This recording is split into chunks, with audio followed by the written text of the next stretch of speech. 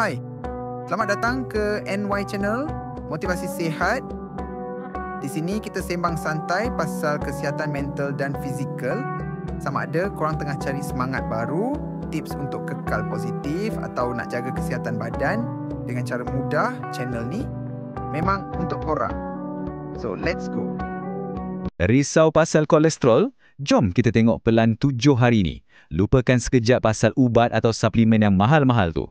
Sebenarnya, ada cara yang lebih mudah berasaskan sains untuk mula sihatkan darah kita dalam masa seminggu je. Pernah tak rasa macam ni? Katakanlah kita namakan dia Amir. Umur 30-an, sibuk gila dengan kerja, makan pun selalu kat luar. Tiba-tiba, doktor cakap, kolesterol awak tinggi. Nasihat doktor simple je. Kurangkan minyak, lebihkan sayur. Bunyi macam senang kan? Tapi bila balik rumah, pandang dapur. Terus blur. Aduh, nak mula dari mana ni? Ramai yang rasa macam ni. Tapi, jangan risau. Inilah berita baiknya. Perubahan tu tak semestinya kena mula dengan ubat tau. Sebenarnya, dalam 7 hari je, dengan ubah sikit gaya hidup kita secara strategik, kita dah boleh nampak perbezaan. Jom, saya akan kongsikan plan langkah demi langkah, hari demi hari. Okey, jom kita mula. Penting untuk kita faham dulu apa maklumat utama plan 7 hari ni. Kita bukan kejar penurungan mendadak tau. Anggap je ni macam butang reset untuk badan kita. Kita nak aktifkan balik sistem semula jadi badan untuk uruskan kolesterol dengan betul.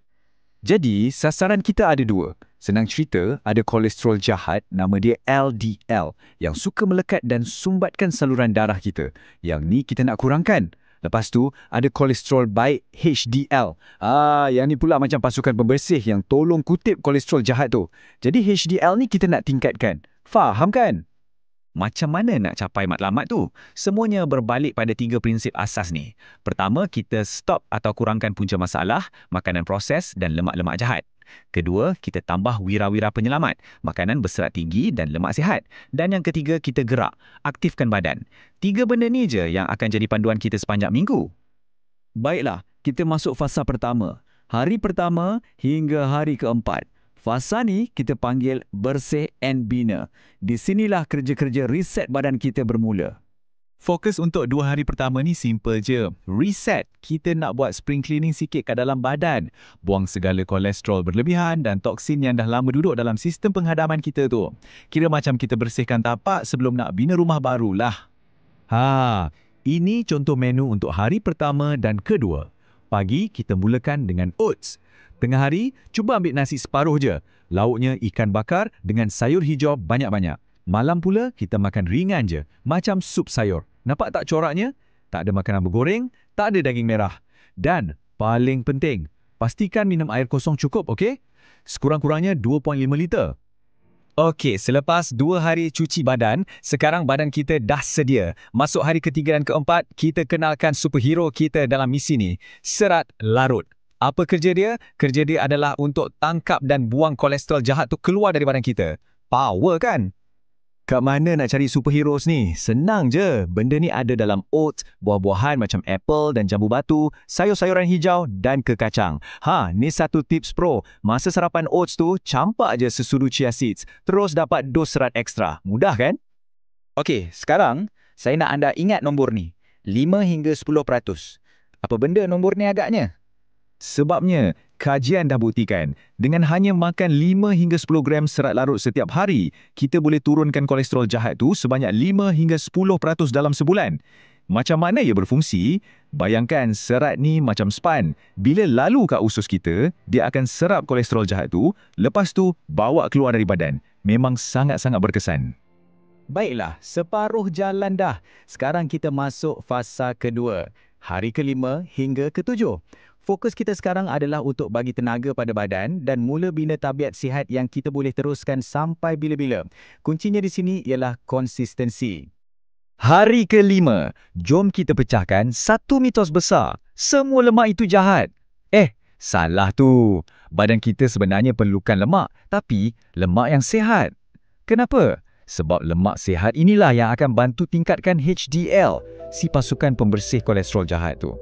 Senang je nak bezakan. Lemak yang kita nak elakkan datang dari daging merah, makanan proses. Ini lawan kita. Sebaliknya, kita nak berkawan baik dengan lemak sihat dari sumber macam ikan salmon, avokado, minyak zaitun dan kekacang. Lemak baik ni bukan setakat naikkan HDL, tapi dia juga tolong turunkan triglycerida, satu lagi lemak tak elok dalam darah kita. Seterusnya, hari ke-6. Hari untuk kita bergerak. Tujuannya, nak panaskan enjin metabolisme kita supaya badan lebih cekap proses kolesterol. Dan dengan ni, anda tak perlu pun daftar maraton esok. Pergerakan yang ringkas dan konsisten pun dah cukup bagus. Contohnya, cuba jalan laju 30 minit setiap hari. Kalau sibuk, buat 10 minit 3 kali sehari pun boleh. Kalau kerja kat ofis, set alarm setiap jam untuk bangun dan regangkan badan. Satu lagi, jangan lupa kawal stres. Cuba teknik pernafasan mudah ni. Tarik nafas 4 saat, tahan 2 saat, hembus perlahan-lahan 6 saat. Serius, ia sangat membantu. Dan kita dah sampai ke hari ke-7. Hari ni adalah hari untuk kita lock in semua tabiat baik yang kita dah mulakan. Ia macam hari refleksi, tengok balik apa yang kita dah buat sepanjang minggu ni dan jadikan ia rutin tetap, bukan lagi benda baru. 7 hari dah selesai, tapi ini bukan penamatnya tau. Sebenarnya inilah permulaan sebenar. Anggaplah 7 hari ni sebagai latihan atau warm up untuk perjalanan kesihatan kita yang seterusnya.